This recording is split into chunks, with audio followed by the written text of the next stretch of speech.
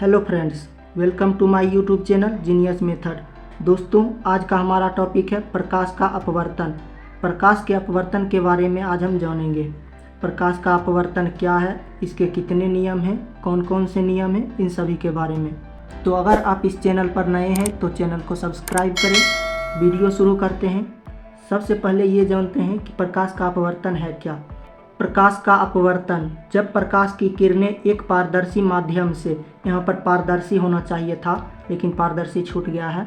जब प्रकाश की किरणें एक पारदर्शी माध्यम से दूसरे पारदर्शी माध्यम में जाती है तो किरण अपनी दिशा बदल लेती है। यह घटना प्रकाश का अपवर्तन कहलाता है।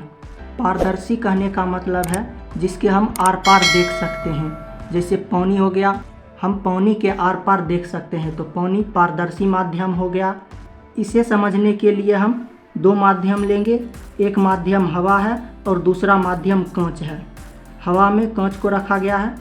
जब प्रकाश की किरण इस कांच पर पड़ेगी तो यह कांच में प्रवेश करते ही अपनी दिशा बदल लेगी। क्या करेगी? अपनी दिशा बदल लेगी। ये आपतित किरण है जो कि हवा से चलकर कांच में प्रवेश करती है। ज्यों ही कांच पर पड़ती है तो इसे सीधे जाने की बजाय ये हल्की टेढ़ी हो जाती है। ये अपनी दिशा मोड़ लेती है। ये आने वाली किरण है, इसे आपतित किरण कहते हैं। और जो किरण कांच में प्रवेश कर चुकी है उसे अपवर्तित किरण कहते हैं। कौन सा किरण? अपवर्तित किरण। अपवर्तित किरण अपनी दिशा बदल लेती है। आपतित किरण को सीधे आना चाहिए लेकिन ये अपनी दिशा बदल ली। इसी घटना को प्रकाश का अपवर्तन कहते हैं। आपतित किरण जिस बिंदु पर पड़ती है उसे आपतन बिंदु कहते हैं। कौन सा बिंदु? आपतन बिंदु। आपतन बिंदु के लंबवत एक रेखा खींची गई है। इस कांच के लंबवत एक रेखा खींची गई है जिसे अभिलंब कहते हैं। इस लंबवत रेखा को अभिलंब कहते हैं। अभिलंब और आपतित किरण के बीच एक कोण बन रहा है जिसे आपतन कोण कहते हैं। आपतन कोण को आई से सूचित करते हैं। और अभिलंब और अपवर्तित किरण के बीच एक कोण बन रही है जिसे अपवर्तन कोण कहते हैं। इस कोण को अपवर्तन कोण कहते हैं। अपवर्तन कोण को आर से सूचित करते हैं।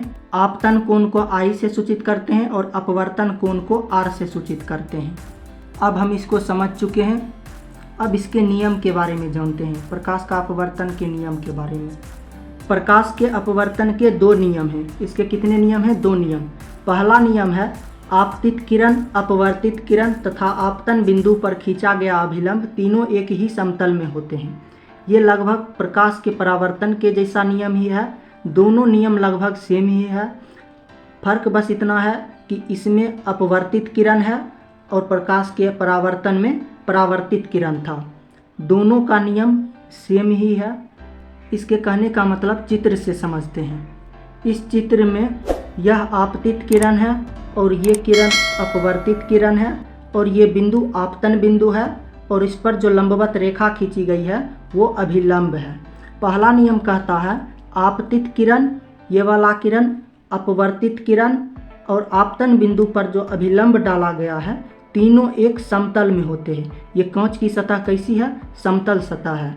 तो ये तीनों जो है वो इसी समतल में है। यह पहला नियम है। दूसरा नियम है प्रकाश के किसी विशेष वर्ण के लिए। फिजिक्स में वर्ण का मतलब रंग होता है। वर्ण का मतलब रंग होता है और प्रकाश में 7 रंग होता है। श्वेत प्रकाश में कितने रंग होते हैं? 7 रंग होते हैं। प्रकाश के किसी विशेष रंग के लिए आपतन कोण की ज्या साइन आई और अपवर्तन कोण की ज्या साइन आर का अनुपात एक नियतांक होता है। क्या होता है? एक नियतांक होता है। कहने का मतलब है साइन आई बटे साइन आर बराबर एक नियतांक। यह प्रकाश के अपवर्तन के दूसरा नियम है। प्रकाश का अपवर्तन का दूसरा नियम। इस नियम को स्नेल का नियम भी कहते हैं। इस नियम को स्नेल का नियम भी कहा जाता है। प्रकाश के अपवर्तन के द्वितीय नियम को, दूसरे नियम को स्नेल का नियम भी कहा जाता है। अगर वीडियो पसंद आया हो तो वीडियो को लाइक करें और चैनल को सब्सक्राइब करें। मिलते हैं अगले वीडियो में। जय हिंद।